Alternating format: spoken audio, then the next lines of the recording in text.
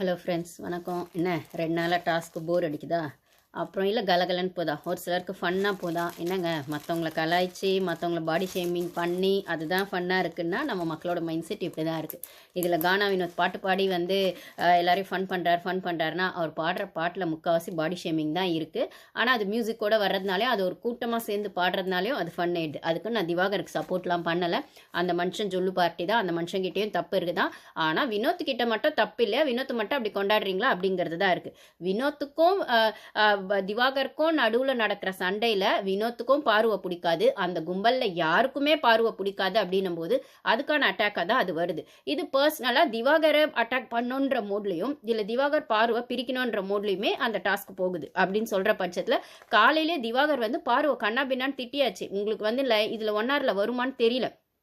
திவாகருக்கும் பாருக்கும் already இன்னைக்கு காலையில் live நடக்கும்போது இன்னைக்கு எபிசோடு உங்களுக்கு வரத்துக்கு முன்னாடியே லைவ்ல வந்து பாருக்கும் திவாகருக்கும் சண்டை ஆயிடுச்சு. திவாகர் வந்து பார்வை திட்டியாச்சு. நீ எப்பயுமே இப்படிதான், நீ உனக்காக மட்டும் தான் ஆடுற, இந்த கேம்ல வந்து நீ என்னென்ன பண்ணியிருக்கன்னு தெரியுமா அப்படின்னும் போது ஆமாங்க, எல்லாருமே கேம் ஆட தானே வராங்க, நீங்களும் அது வந்து காலைல பிரேக்ஃபாஸ்ட் சாப்பிடும் போது நடந்துச்சு.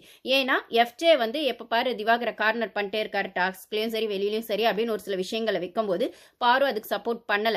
ஏன்னா பாரு நேற்று சொல்லியிருப்பாங்க, இத்தனை பேர் இருக்காங்க, இப்போ நான் நேற்றே சொல்லி என்னோட அரியணை நான் விட்டு கொடுக்க முடியாது அப்படிங்கறதுல பாரு ஸ்ட்ராங்கா இருக்காங்க. அதை தான் ஓப்பனாகவும் சொல்லியிருப்பாங்க. அப்போ நீ எஃப்ஜேஓ கேள்வி கேட்காம இவங்களுக்கு சொல்லாம கனி குரூப்பிசம் கோல் முட்டி எல்லாம் சொல்லியிருப்பாரு இல்லைங்களா திவாகர். அப்போ வந்து அவங்க சொல்லுவாங்க, நான் வந்து இப்போ இந்த கேமை வந்து அதான் இப்போ வந்து நான் எனக்கு ஏற்ற மாதிரி இல்லை என் பதவியை நான் காப்பாற்றிக்கிறேன்ற மாதிரி தான் ஆடணும் அப்படின்னு சொல்லும்போது தான் நேற்று சாரியும் கேட்க சொல்லுவாங்க. அதுக்கப்புறம் அவர் சாரி கேட்க மாட்டேன்னு சொல்றாரு. அதுக்கப்புறம் சரி நான் சாரி கேட்க வேணாம், ஆனால் அவர் ட்ரெஸ் எல்லாம் கழட்டி அந்த ராஜா ட்ரெஸ் அந்த அமைச்சர் ட்ரெஸ் எல்லாம் கழட்டி போட்டதுக்கப்புறம் திருப்பி அவர் சமாதானப்படுத்தி எப்படியோ ஒரு வழியாக இன்னைக்கு டாஸ்க் போகுது அப்படின்னும் போது அப்போ அந்த டாஸ்க் ஆரம்பிக்கிறதுக்கு முன்னாடியே திவாகருக்கோ பாருக்கோ பர்சனலாக அவர் எல்லாத்தையுமே பேச ஆரம்பிச்சிருவாரு.